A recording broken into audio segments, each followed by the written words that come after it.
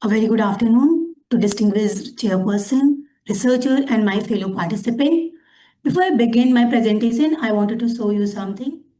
I have brought this from India and it's dry because it's like I have brought 7 days ago. So sorry for that. It is pea, a commonly consumed vegetable in most of the Asian countries, and many of you may be familiar from this. Once we peel off, we get seed inside this, which is commonly used in Indian cuisines like matar paneer, matar pulao. But what happened with this? We usually discard it or use as a feed material, despite of the fact that it is nutritionally enriched with valuable components like protein, bioactive compound, and dietary fiber. So here my research questions arises. My name is Seema Singh and I am from GB Pant University of Agriculture and Technology, India. Today here I'll be presenting on valorization of pea pod food processing waste for recovery of protein using alkali and salt assisted extraction. India itself produces around 303 million tons of fruits and vegetables, and of this total production, 400 million tons is pea. And of this total production of pea, the 40 to 45% is pea pod, which is usually discarded as waste. Despite of the fact that it is nutritionally rich in dietary fiber and protein content, the protein is around 15 to 19% inside this pod, and the dietary fiber is around 55 to 58%.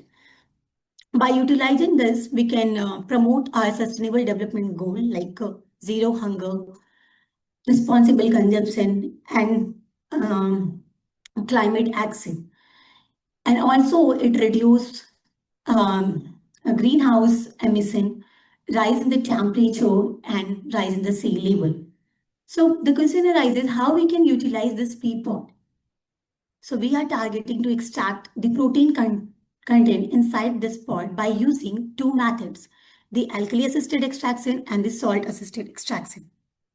The very first one is the alkaline-assisted extraction method. In this, we collected pea pod from our local market. Firstly, we clean it, salt and wash and grind it into powder, and then mix that powder in 1:10 ratio with the solvent that I have used in my experiment is water. And after that, I have adjusted the pH of that solvent, that solution from 8 to 12 range. Firstly, I have adjusted to 8, then 10, and then 12.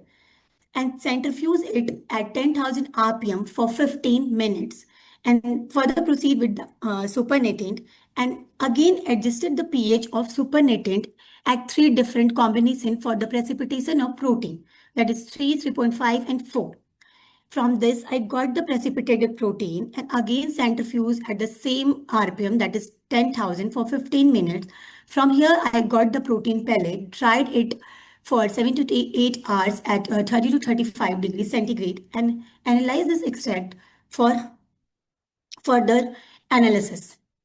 Our next method is salt-assisted extraction. The initial method is same as I have used for the alkali-assisted extraction.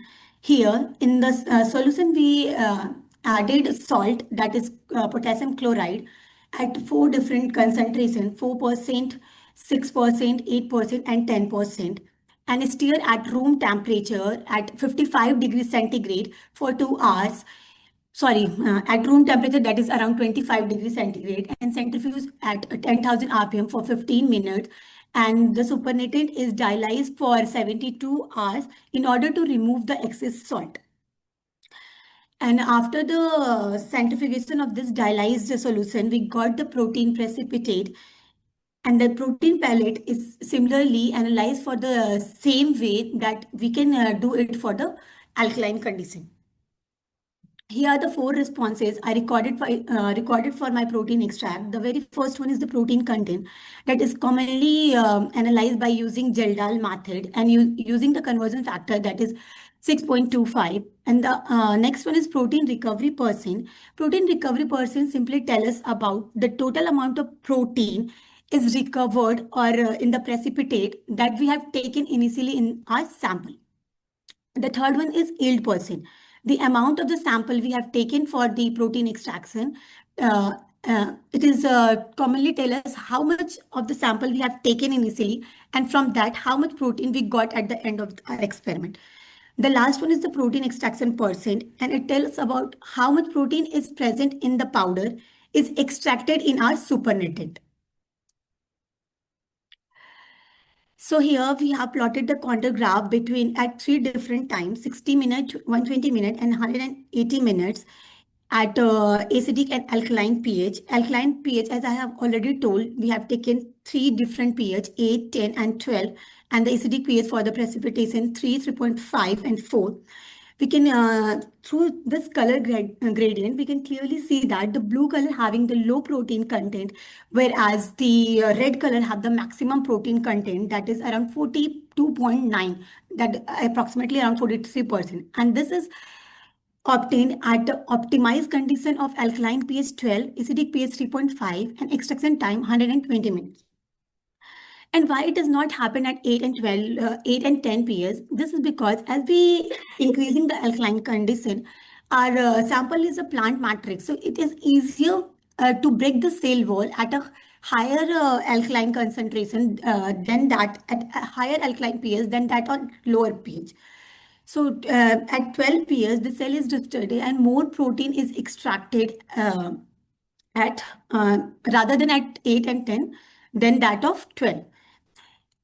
And we have precipitated those protein extracted in the supernatant. So most of the plant protein is precipitated around isoelectric pH of 3.5. Now coming on to that, we can see that as we increasing the time, there is an increase in the protein content from 60 minutes to 120 minutes.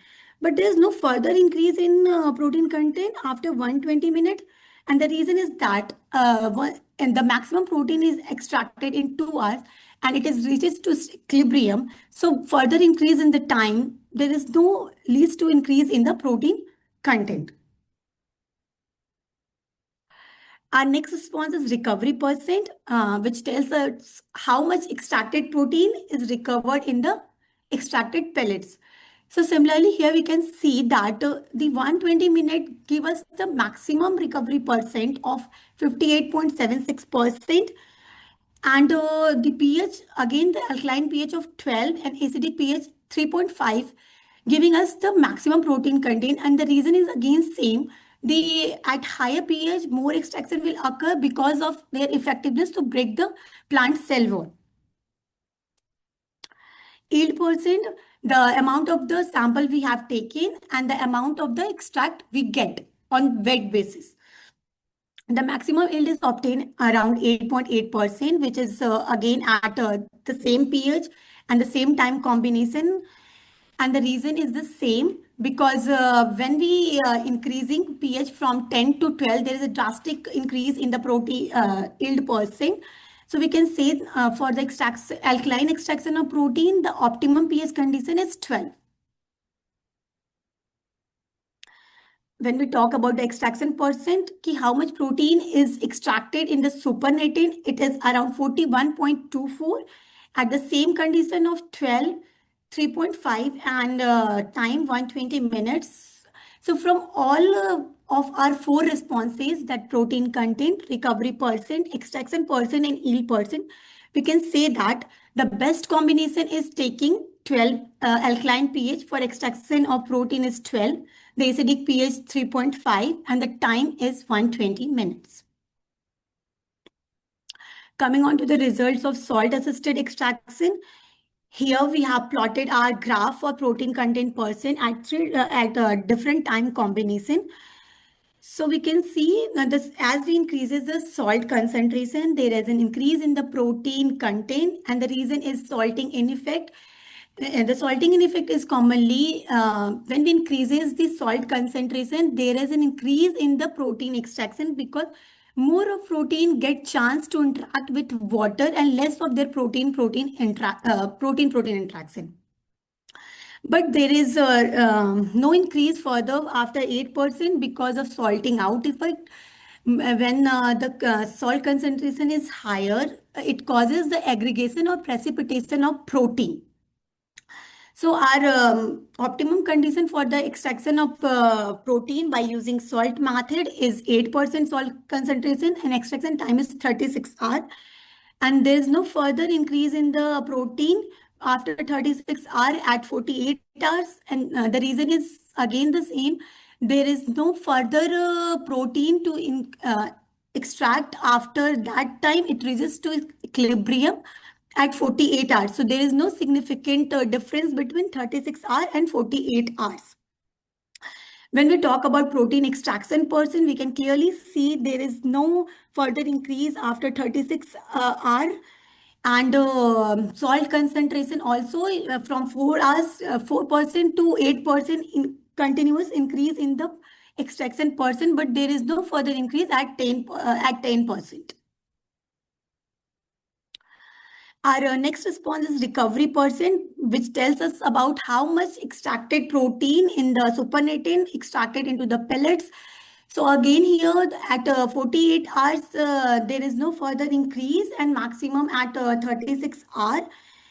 So we can consider the maximum extracts protein recovery percent is around 45.45% at concentration of 8% and time 36 hours, and the yield percent is around 8.17%. As my title is to compare these two methods, so when we compare these alkali and salt assisted extraction, we can clearly see that the alkali extraction having more protein content than that of the salt extraction. Also, the recovery percent is higher in case of alkali condition, but the yield percent is slightly lower in case of alkali extraction, but that is not significant. It's only 0.170%. So we can conclude that alkaline extraction technique is more efficient than that of the salt extraction condition. And from these two experiments, our best variables are the alkaline pH 12, acidic pH 3.5, and time 120 minutes, not 8 and 10 pH, or not 3 and 4, and not the time 60 minutes or 180 minutes. And for the salt extraction, the salt concentration percent 8% is the best, and the time is 36 hours. Thank you for your patience listening.